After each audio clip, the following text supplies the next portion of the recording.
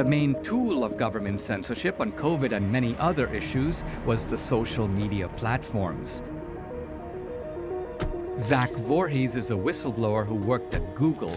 Ryan Hartwig worked for a firm that does censorship reviews for Facebook.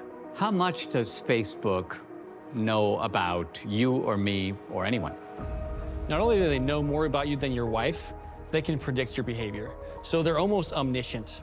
What if I told you that you can't clear your browser history that Google is storing on what you visit? From that information, they can develop a psychographic profile that predicts your behavior. People don't understand that when you're using a free product, you're the product.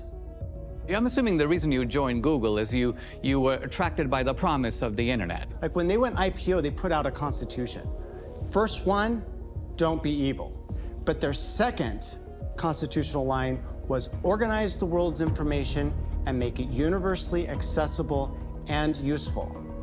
And that's the reason why I joined the company, was because I believed in that corporate vision. And then all of a sudden, the wrong president got democratically elected, and they threw all of that into the garbage. There'll be people who say Facebook, Google are private corporations. They have every right to decide what goes on their platform. Google's not a private corporation. They're a quasi-state actor. Like, they're giving backdoor access to the FBI. There's a government collaboration with these private corporations that are censoring at the behest of government. And that's clearly against the First Amendment of the Constitution. It's happening with all the big tech platforms. They're all working together. Like when Alex Jones was banned, they banned him on all the different platforms within 5 minutes of each other. How big is Facebook? How many people are on Facebook? A third of the population of the entire world, 3 billion people, are interacting using Facebook as a platform. Facebook is spending $10 billion a year on content moderation. Let's talk about the mechanics of it. Do they operate with a list? Yeah, so Facebook does have a lot of lists. They have a hate figure list. When I'm looking at a piece of content, deciding whether to take it down, I literally have to open up this PDF list and look and see if that person's name is on there. People on the right who are perhaps nationalists, there are clearly white supremacists on that list. But there are other people who are just conservatives. Who are just smeared as white supremacists. Right. Right? Right. And now what about left-wing extremists? They clearly told us that Antifa is not a hate group. What was the treatment at Facebook of Trump? So I was moderating content from March of 2018 to February of 2020. So this was during the time when they were attempting to take President Trump down.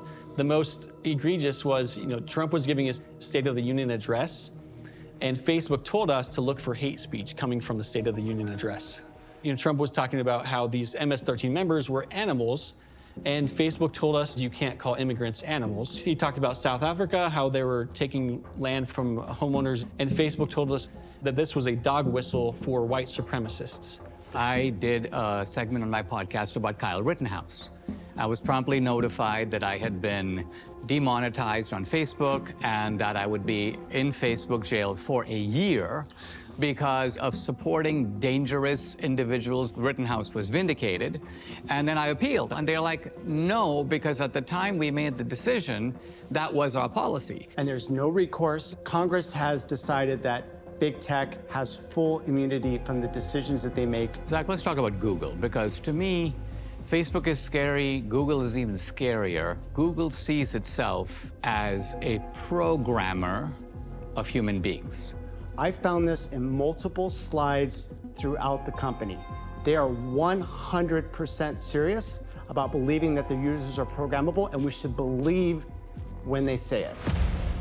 They're looking at their search engine as the avenue to drive social change within this country. They released a totalitarian system called machine learning fairness.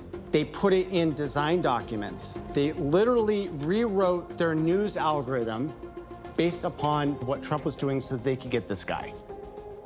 So I make a video. I use the expression crooked Hillary. Now what happens?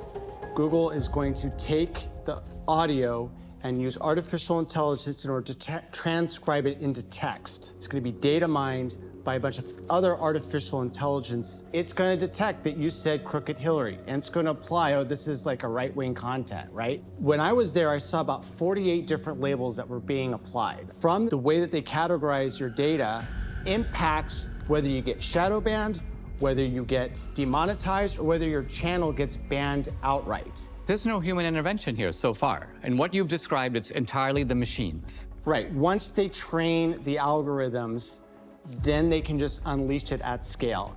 It's an active collaboration between the police agencies of government and digital platforms. Are you getting tips and leads from Facebook and social media companies? We get tips and leads from companies, absolutely. Right. It's against the law for Facebook or social media companies to give it to you, but it's also against the law for you to receive it. Police state, buy it or stream it now at SalemNOW.com. SalemNOW.com.